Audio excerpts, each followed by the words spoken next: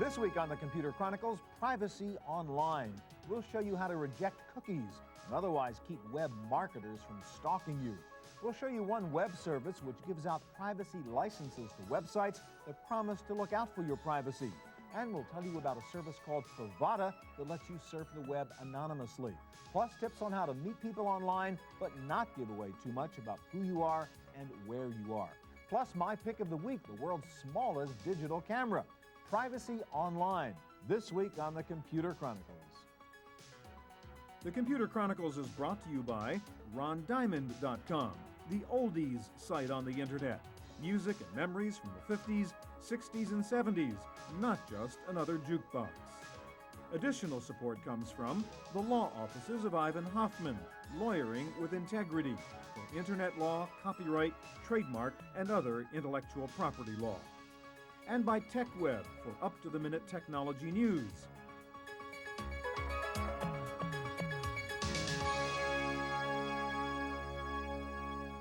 Hi, and welcome to the Computer Chronicles. I'm Stuart Chaffee. In this recent issue of Yahoo Internet Life magazine, writer Robert Scheer made an astonishing observation. He writes in here, on the internet, anyone can find out more about what you read, what you think, how much money you make, than Stalin or Hitler could have ever learned about you in their totalitarian regimes. Welcome to the world of privacy, or lack of it, on the web. This week, we want to help you get a handle on preserving your privacy in today's wired world. And here to help us get started is Deborah Pierce, staff attorney with the Electronic Frontier Foundation. Hi, Deborah. Hi. First thing I want to ask you about is cookies. A lot of people have heard about cookies. Many people don't really understand what a cookie is in the internet context. What is happening when someone writes a cookie to your machine? Okay, well, cookies are just little pieces of text files that websites can put on your computer, on your hard drive, so that if you want to go to, like, say you sign up for the New York Times online, it'll remember your password for you, and you won't have to retype your password. So they're not necessarily evil? No. But can they be? They can be. Online banner ad companies like to use cookies so that they can monitor what pages you're looking at, what ads you're so it's not reading. only to say who you are, but they can actually figure out where you're going and what you're doing online. Right, and they can start to create a picture of you, create a profile of you, if you will, and that profile can grow and grow depending on all the different sites you go to and what you read and what you do on the net. All right, so maybe customizing ads for you is not too terrible a thing, but I want to talk to you about another situation which might be more serious, and that is health information on the web, right? Very personal. Let's talk about the cookies first of all. You're on a site right now. The default in a browser is that cookies are enabled usually, right? Exactly. So you don't know what's going on. Exactly. So if you go to a site, we can go to a medical site. We'll go to drcoop.com. Let's just go there. All right, so you might be going to this health site because you have a health issue that you want information on, and so something which presumably is personal to you. Right. So I'm going here. So let's just scroll down a bit. Their top story is about AIDS. And do I know everything I should know about AIDS? So let me just click on that. And with cookies enabled, when the site comes back up. So nobody's told you anything, but somebody's just put a cookie in your machine. Right. And presumably knows that you're a person who's wondering whether you should have an HIV test. Right. And this whole process was invisible to me. Right. I didn't see anything. Now, how do you get around that? Okay, so what you can do is I'm going to close out of this, but what you can do is you can reset the cookies on your browser, and you can set it up to either disable the cookies or to warn you. So what I will do is I will reconfigure that. All right, you're going to go to your So I'm in Internet Explorer, options. go to Internet Options, go to Security. I'm going to customize that. And look for the cookie settings, huh? Right, so you kind of scroll down until you find them. There they are. Okay, and so they're enabled. enabled. So now I'm going to set it to prompt. That means? That way, when someone wants to put a cookie on the machine, it will say, do you want to have this cookie put on You have the machine? option of saying, no, I don't want you to do it. And then I can say yes or no. All right, so you've done that. Now let's go do this over again then. Right. Okay, we've got that set up. And so see what happens now when you go to Dr. Coop and click on the AIDS section. Well, we've already, before I even get to the site, is to provide a more personalized browsing experience. Isn't that a nice euphemism? Exactly. A personalized... And it doesn't sound bad at all. Yeah. So, if I wasn't attuned to what a cookie is and how they can be used, I would say, Oh, more personalized browsing. Oh, Sounds I cool. want that. But it's also not telling you who is putting the cookie Exactly. on. Now, some other browsers will tell you. Okay, so you do Netscape, So it might if you do actually tell you that. Netscape, it will tell you, double click, you know, or somebody else will let you. But if I say no, sometimes they'll keep trying to put a cookie on until they wear you down and put quickly, the other thing I want to ask you about is privacy statements. Now, if you go to Dr. Coop, they're going to say, we have a privacy statement, we're going to protect your privacy and so on. I want you to show us that and make sure the consumers understand that that's not necessarily, doesn't necessarily mean you're protected, right? Okay, well, let's go to their privacy statement. Scroll down and then you'll see a lot of these. And it's bottom not, there. yeah, here we go. Over the left Privacy statement. We'll click on that. We'll accept the cookie. And they're giving you a cookie again. So every time you do something, somebody's tracking They want to you, know. basically. They want to know what you're looking at, how long you're looking at it. So let's look at this statement. Okay, they want to protect your privacy. Okay, it's all, I mean, they're all probably going to say, oh, it's wonderful, right, et cetera, et cetera. Here's some, you know, information about IP addresses. We're not going to do that. Okay, but the bottom there, it says, we will not identify who you are, even though we're tracking this stuff. And here's cookies, you know, and here's what they are. But now when you scroll down farther, you'll see that they have something called community partners. And they represent well-respected healthcare organizations, but we don't know who they are. Okay, we only have a little bit of time left. I want to ask you, despite the fact that it may say in a privacy statement, we won't reveal who you are, that doesn't mean people can't find out who you are. That's right. If an attorney has a subpoena and they want to get information about you, or law enforcement has a warrant and they want the information that you're storing, they can get it, and you have to comply. Or they could actually put together other data points and kind of just logically figure out who you are, Exactly. right? You only need 2 or 3, and that would be, you know, zip code, birth date, Could or your gender. potential employer find out you were checking out an HIV question? They could. Wow. Deborah, thank you very much. You're welcome. All right, well, there are technology companies out there that offer a variety of approaches to protecting your privacy online. One of them is called TrustE, and this is Bob Lewin, President and CEO. How you doing, Bob? How you doing? All right, let me ask you first of all, what is TrustE? What business you guys We're set up as an independent third party, and we provide a program that ensures that consumers have the ability to control what information is collected by websites. All right, so if some website qualifies and meets your standards, you'll let them carry your little banner that says, TrustE said they have a good privacy policy? That's correct. So if I go to, now this is your website here? Yes. So if I want to know about some of the things I was talking to Deborah about, could I find, is there kind of a tutorial about privacy, things you should do on your website? Well, certainly. Well, first of all, from the consumer's point of view, there's a section that for the consumer. One of the things we suggest is go to the, click on the protecting your privacy online. And there we have a bunch of information that is useful for the consumer. Specifically, for example, if you look at the holiday period, there's some shopping tips of what to look for on websites and so forth. Right, okay. So now I see it's a .org. You guys are a nonprofit? That is correct. Huh. All right, now let's talk about going to a particular site. One thing I noticed you do have in your tips is children. I want to ask you briefly about that. Kids are very vulnerable, obviously. They're not going to read the darn privacy statement. They don't know what's going on when somebody says, where do you live, what do you want, blah, blah, blah. Right. Is there anything a parent can do in particular to make sure when their kids online they don't get sort of abused from a privacy point of view? Absolutely, and also website owners should know that there are federal regulations related specifically to children. So there are government regulations on kids. In this particular area because of the sensitivity and the importance. Sure. What a parent can do are, first of all, we have some guidelines specifically on this that can be downloaded from the website, or we have a booklet that they can write us and get. But what is required is parental consent, that the website has to ensure that they can get parental consent through various mechanisms that are outlined in these documents. Do these things work as a practical matter? I mean, you know, 8-year-olds online, it's going to say, you know, does your father say this is okay? It makes it more difficult for a website to knowingly collect information. But, you know, is it 100% guarantee? It's tough. All right, let's go to one of the sites that you guys have licensed, like Intuit, I guess, is one of them, right? If you go to Intuit, let's pull up that site if we could. We'll see somewhere there it says, like, TrustE said this is okay, right? Now, to get to this point, a site has to go through a very extensive process where they have to define exactly what information they're collecting, who's it being shared with, talks about cookies and identifying what those cookies are and where they go. After they do that, and we're satisfied with that, they're allowed to carry the symbol. So there's your little TrustE banner. So a consumer going to a site, first thing look to see, for example, if they have a TrustE symbol, that'll take them right to their privacy statement for Intuit in this case.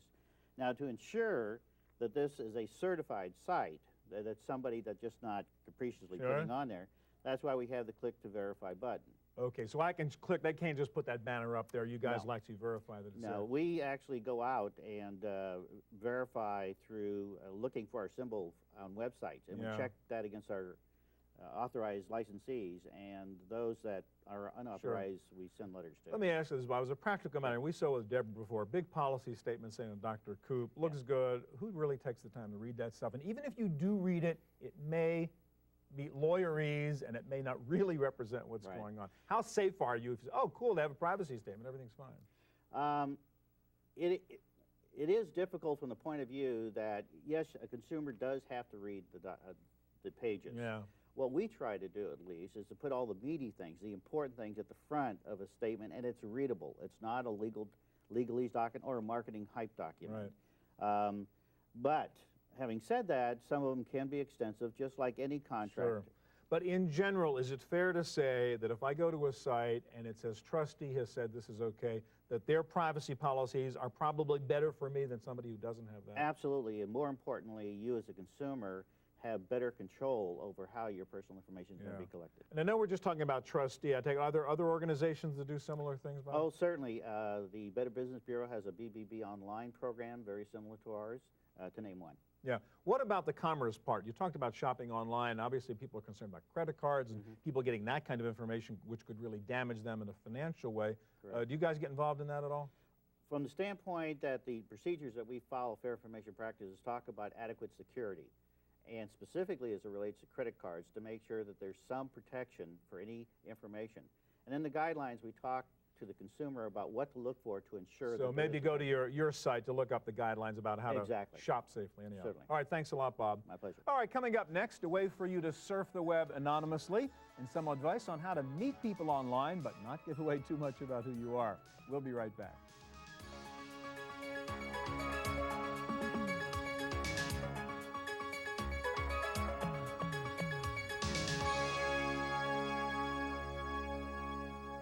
Well, one way to preserve your anonymity online is to sort of wear a digital disguise to mask your true identity so all those websites and advertisers can't follow you. One company that'll help you do that is called Privata, and this is Rick Jackson, President and CEO of Privata. Hi, Rick. Hi, Stuart. Explain the basics of what Privata does. How do you help me preserve my privacy? Certainly. While you're online, your identity or information about you can possibly go to the websites that you're going to or be tracked by third parties. And what Privata does is build a set of network infrastructure technology that disassociates who you are in the real world from who you are online by allowing you to create a personal digital account. So I can be sort of anonymous in my behavior online, so somebody may know I'm doing stuff, but they don't know who it is that's doing this stuff. Correct. All right, let's do an example here. Now, you have a site up here, which people might be shocked to know, can actually find out a lot of information about you, right? This is actually consumer.net. Yeah. And there's a privacy analysis portion of that website. And what I've done is I've gone in using our standard Microsoft Internet Explorer browser. So this is just the normal situation. I haven't done anything with you guys yet. Exactly. Okay, so what can they find out about me? Well, for example, they'll actually do an analysis of everything that they can get off of your machine when you're visiting that site. And for example, it'll come down here and show me what browser I happen to be using on the site. So it shows me that I'm using MSIE 5.0. And if we scroll down a little bit further, it'll tell me about network statistics as well. For example, this is the internet address or the IP address that we're using to browse the site. Okay, so wouldn't somebody like to know exactly where I am, how to get into me? What? Exactly. Yeah. So let's go up here, and this is the simple control panel for our product, which is called Privata Control. Okay, so let's stop for a second. So right now, without having used Privata, somebody can find out all the data about me. I am sort of publicly identified by all that stuff that's been put on my hard drive that somebody can get to. What are you going to do now? What we're going to do is we're going to activate the Privata Control software, which is actually resident on this machine. Okay. And that is going to create a connection to the Privata network and literally shield any identifying information or information that can be traced back to my identity. So instead of going from my machine to that website and going from my machine to you, you hide me, and then to the website? And then out to the website. All right, so show us what the difference would be now after we have sort of Privata-ized the machine. So we're just going to click on this icon up here, and now we should be private. And I'm going to go back and refresh this particular page. So it is a thing you can sort of turn on, turn off. Turn on, turn off. You can actually change your identity. So for example, you can create an identity for yourself, for other people in your household, or perhaps an identity for work purposes and identity for personal purposes. All right, so we now have Pravada running, and we go back to the same site, and how am I protected now? Now let's go back down here and look. And for example, if we look at the line that talks about our browser, it says that it is a Pravada browser as opposed to Microsoft Internet Explorer. So you've masked that specific information. We've started to hide information. And what a lot of people don't realize is actually that their browser is set up to even give out their email address. And so we'll hide that, for example, from a website. Come back down here, and you'll notice that our internet address has changed to something that's not unique. You put in another number that isn't really me. Exactly. It's the address actually of the Pravada network. All right. Now, how do I do this? You have a control panel, I guess, where I can sort of create the parameters I want? This is really the high level, just turning privacy on or off. If you want to actually have more control over different settings, you can bring up the Pravada control panel. And there's different things that we can do. For example, we make it real easy to turn cookies off. Just click on the cookie button. Now, can I do more than just, we did a little bit earlier, say, okay, prompt me on cookies or disable cookies. As we talked about, sometimes you want some cookies, but you don't want others. Exactly, because it's not really a black or white decision. You want personalization, so you want to enable some cookies. So one of the things that we can do is actually go into our cookie manager, and we can actually selectively block cookies on different domains. Okay, so some guy can put a cookie on me, some guy can't, and I can set that up ahead of time. Correct. So if I look here at the cookie manager, and let's do a show all. These are some of the sites that I've just gone to and have started to put cookies on me. You can see they put them down fairly quickly. And you'll notice, for example, that I've blocked a cookie that keeps the date on PrivacyNet. So I can actually go into, say, Yahoo, select that, and block that particular cookie if I wanted to. Now, is this a download that I just go to your site and I pull down, I can use it? Pravada actually sells its network services to ISPs and to some of our financial service partners. So a customer can ask their ISP if the Pravada network is available, or go to actually AmericanExpress.com. All right, so I don't go to you directly. So you're really providing your service to the guy I may be dealing with. Right. We think of it as privatizing all the digital on-ramps. All right, it's sort of like the trustee we talked about before. I mean, I want to go to a site that's got Pravada there, so it'll protect me when I'm there. Well, actually, you can go to your ISP service, have Pravada so that everywhere on the internet you're protected. But it's delivered via your on-ramp. But I mean, it's the ISP that's making that decision, or am I making that decision? You're making that decision. They're carrying the product forward. Got it, okay. And does it cost me something to do this? Most people are charging approximately $5 a month for the service. Okay, so it's sort of fee service. Correct. All right, thanks so much. Great. You're welcome. Well, one of the really cool things about the web is that you can meet people online, but there is a risk there. Who really is that other person hiding behind that chat room handle?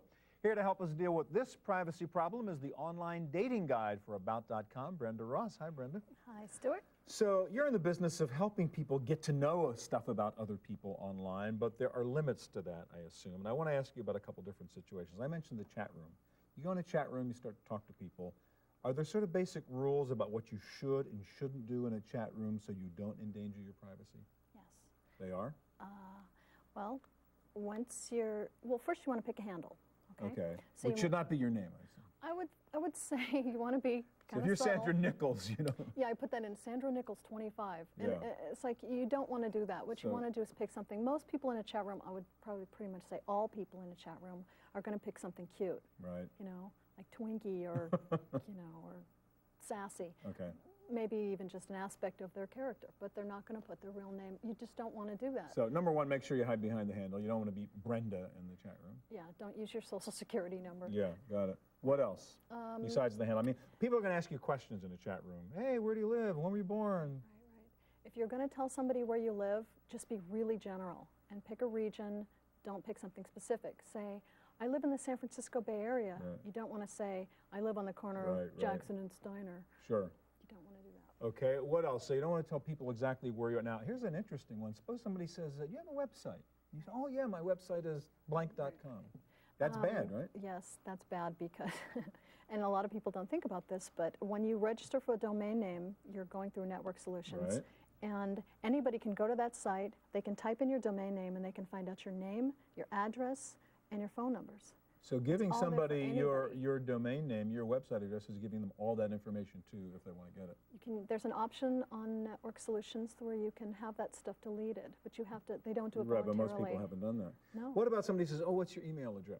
Well, Should you give them your email address? you know what? It's always smart if you don't know somebody to give them your fake email address. And you can get those anywhere. You can go to Yahoo. So Yahoo like a gives web anybody. address where it's not really tied to a particular website. And or don't something. use your name. Even though it's cooler to use your name, it's better to just use something fake. Okay. All right, so let's get away. That was your chat room, actually, on your website, right? Yeah. Let's go to the other situation, which a lot of people don't think about, which is Usenet news groups and postings. That's right. People don't realize that you post something on a news group somewhere, anybody can see that forever, right? They archive this information for years. Yeah. And they don't let it go. So what would be an example of a dumb thing to do? Okay, here's one. I went in alt drugs, and Alt this guy drugs. writes, I do so much speed, okay? Now, let's say in 5 years, this guy's changed his ways, and he wants to be a cop or a lawyer, and he He's goes and applying applies for a job, and they can do a search on him, and they can find this. Oh, gee, I wonder if this guy still does And all people, the I drugs mean, he used to employers do that, or they hire services that do that? I would. Yeah. Why not? You have nothing to lose. Okay, so moral of the story is posting on a news group board is public and sort of eternal in a way. But you would have to use that person's email address, and you can change your email address all the time. So you Okay. could probably do your fake email address for the use groups. But, I mean, the caution here is be aware, if you post stuff, this is a public statement in It's an not- open park it's not that gonna anybody go can hear. anywhere. And it's going to be there for all. Now, let's talk about your specialty, which is the dating service. I mean, the whole point is you want to go and meet somebody, and you want to find out who they are, and you're going to want to reveal a little bit about yourself to figure out if there's a good match there. You have matchmaker.com up I there. have Okay. Matchmaker here. Now, what's the risk at the beginning there in, like, just signing up for a service like Matchmaker? The thing that sets Matchmaker apart from the other sites is they ask you so many questions, and I think they're kind of intrusive. Because So just to register, they ask you, like, what? Can you show us? just to register, they want to know what month you were born, what day, what country, your zip code, and then once you get into it, they want to know, you know, what kind of car you drive, what's your eye color, your height, your weight. And as we talked about earlier, that data can then be used to correlate with earlier data in some place that maybe didn't ask for that, but can find out exactly who you are and whether you're that person who said, I want an HIV test, et cetera, et cetera. Oh, I'm not sure about that because this is all anonymous, okay? When you join a dating service, they give you an anonymous Right. email, and let's say you try it for a trial because they charge you. You pay, you know, you think you're going to meet somebody seriously when you're going to pay money to a dating Right. service, but, you know, if you just sign it for a week free trial and then you meet somebody on that, let's say we met, Right. okay? After a week's up, I shouldn't give you my real email address. Okay, I use should- that anonymous email that the service My provides. fake Hotmail, Yeah, yeah. yeah. Cupcake@hotmail.com. But still, you got to think about all this data you're giving somebody at some point. Now, the last thing I want to ask you about is the scariest part to me. You go on to, say, matchmaker.com. I meet you. We chat a little bit online. I know a little bit about you, and I say, well, she's not answering these really good questions. I want to find out really who she is and where she lives, and is she married, and is she this? I can actually go to a website and find that information, You can't I? can. You can go to datesmart.com, and you can, all you have to do is give them my name, my current address, and my date of birth. And if you can get that information from me, and I'm thinking, Or find it somewhere online. yeah, then you can find out pretty much anything about me according to this website. Like what? Well, Educational background? You can find out if I've been married or am married, divorced, my educational background. Whether you've been in prison? Right, and I Wow. don't really want you to know that. All right. Oh, what my title is at the job I Yeah. have. I can find out if, you know, if somebody's still alive. And they, So be cautious, moral of the story. Absolutely. Okay, meet somebody, but carefully. All right, thanks. That's our look at privacy online. Don't go away. Coming up next, my pick of the week, a cool sort of spy cam. I'll tell you all about it in just a moment.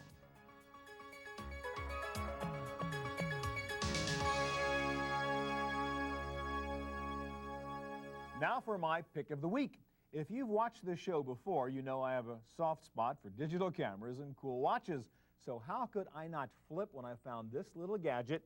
It is Casio's new wrist camera. Yes, it is a digital camera combined with a digital watch. This may not be the most practical watch in the world, but it is an amazing piece of technology. Not quite Dick Tracy, but pretty darn close. It's only monochrome, 16 levels of grayscale with a 120 by 120 resolution, 14,400 pixels, but it does take pictures. In fact, you can store up to 100 digital photos in this watch. You can also caption them, you can merge two photos into one, and with an optional PC link kit, you can download the pictures to your PC or your website, or upload pictures from your PC to your watch, so you can carry around pictures of the kids right on your wrist. It also features a kind of address book mode, which Casio calls the visual data bank, in which you add to the usual name and phone numbers the person's picture. Pretty good for trying to remember names or recognize faces. It has an infrared port so you can beam pictures to other IR devices or share pictures between watches if you can find somebody else who owns one. By the way, it's a pretty good watch. 5 alarms, countdown timer, day and date, stopwatch, etc.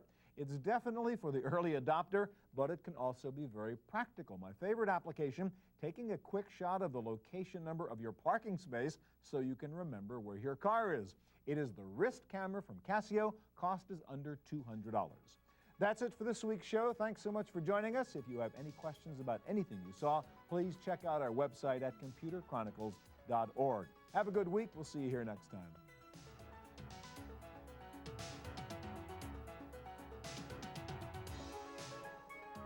The Computer Chronicles is brought to you by RonDiamond.com, the oldies site on the Internet.